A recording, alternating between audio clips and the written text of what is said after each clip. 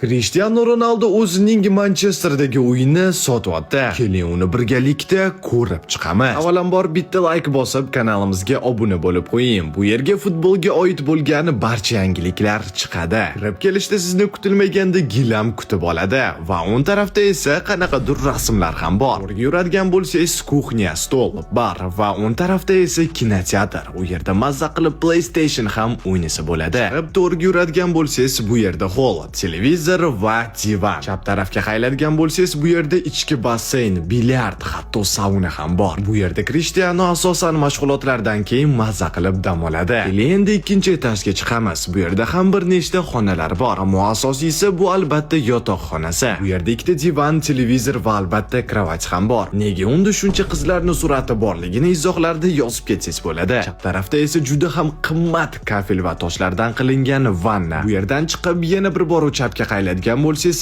bahaybat garderobga kirasiz. Ronaldo uyi hammamiz uchun orzu. Ammo bilarmidingiz, yangi mahalladan bir xonali uyni atigini $15,000 dan boshlab olishingiz mumkin. Bu esa orzularimiz uchun birinchi qadam. Batafsil ma'lumotni ko'rish uchun izohlarga kiring.